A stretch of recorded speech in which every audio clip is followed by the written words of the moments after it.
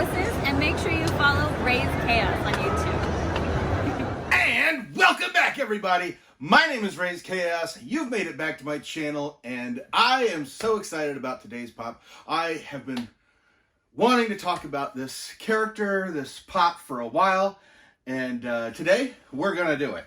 So who is it? That was not what was supposed to happen there. It is Brandon Meyer from Brightburn, and this movie is, I just love this movie. A lot of people like to call it an evil Superman story. That is not correct. An evil Superman story would mean that Kal-El came to Earth and was somehow turned evil. This is basically to be more accurate, is what if the Kents found something else in the field? Found Brandon. Played by Jackson Dunn. This is actually a combination. This was produced by James Gunn. And I believe it was written and directed by Mark and Brian Gunn. So this is like a full-on Gunn product. All guns a-blazing on this thing. But yes, this is not Superman by any stretch of the imagination. He has more in common with a wasp. Huh. And I just noticed something about this. Alright, so the character's name is Brandon Meyer, right here on the front here.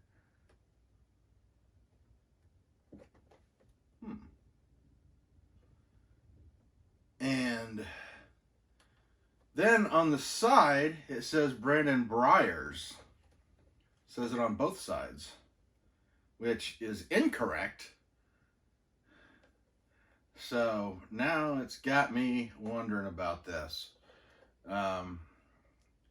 It wasn't a particularly, sought after pop, so I don't understand why this, I don't know if this is just a misprint on the box, or if this is a full-on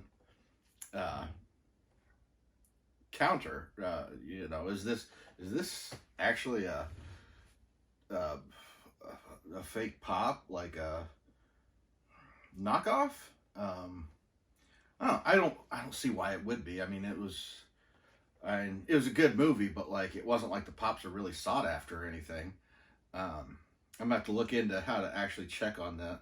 But anyway, to get back to this strange little anomaly, yes, the alien creature that they find and start to raise has more in common than with a wasp, and even down to the attributes of leaving its eggs in a hive that isn't its own. It'll like hide its eggs in something and another species hive. That way, when it comes out, it's able to just basically decimate this hive from the inside from the moment it's born, which is pretty much exactly what Brandon does. I love watching the whole thing where you see him being raised properly, but that's raised properly by human standards. When his powers begin to develop, I don't really feel that it's any fault of the character's parents, just trying to treat him like they would any other boy, that young boy, but not really take into account he's not. He is something else entirely, and it just gets scarier and it gets scarier as it goes. And I thought it was well handled, well executed, and I am going to take this out to have a look at it, maybe see if there's any other evidence of this being a knockoff, but I really don't think it is. I think that's more of a misprint than anything else. Oh yeah, and yeah, they've got him on a stand. Oh, this is so great. I love this movie so much. And yes, his mask doesn't tie up all the way into the back, so you see his hair. And yeah, just this figure, so ominous and so floating. And yeah, I know there's talk about a sequel.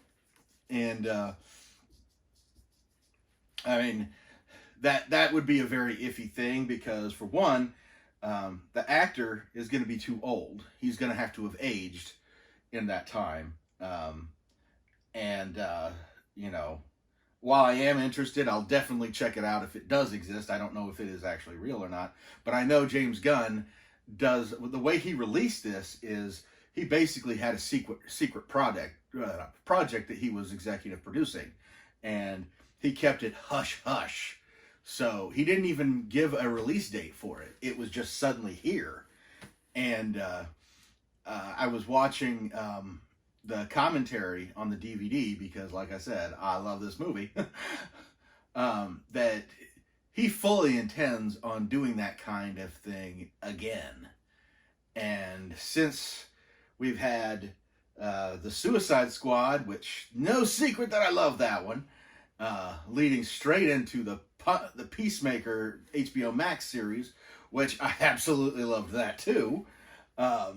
And then knowing that he's going to come back for Guardians of the Galaxy 2, which I think is what he's working on now, he could just basically looking forward to seeing what he sneaks out and just, oh, by the way, here's this too. Let's check this out and love it.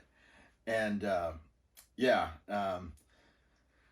there's even hints at the end of this in the post-credits scenes of Brightburn that indicate that there will be more movies set in this universe. And the surprising bit was that there was one movie that was already out that was in this, that tied to this universe. And that's a spoiler I'm not going to give you. But yeah, I just watching this just seeing this pop gets me excited to see it again. And as a matter of fact, I think I may just go watch it right now. So I'm going to go ahead and let you guys go and hope you enjoyed it. Let me know if you've seen this movie or not. Let me know what you thought of it. Again, I don't think it's an evil Superman story.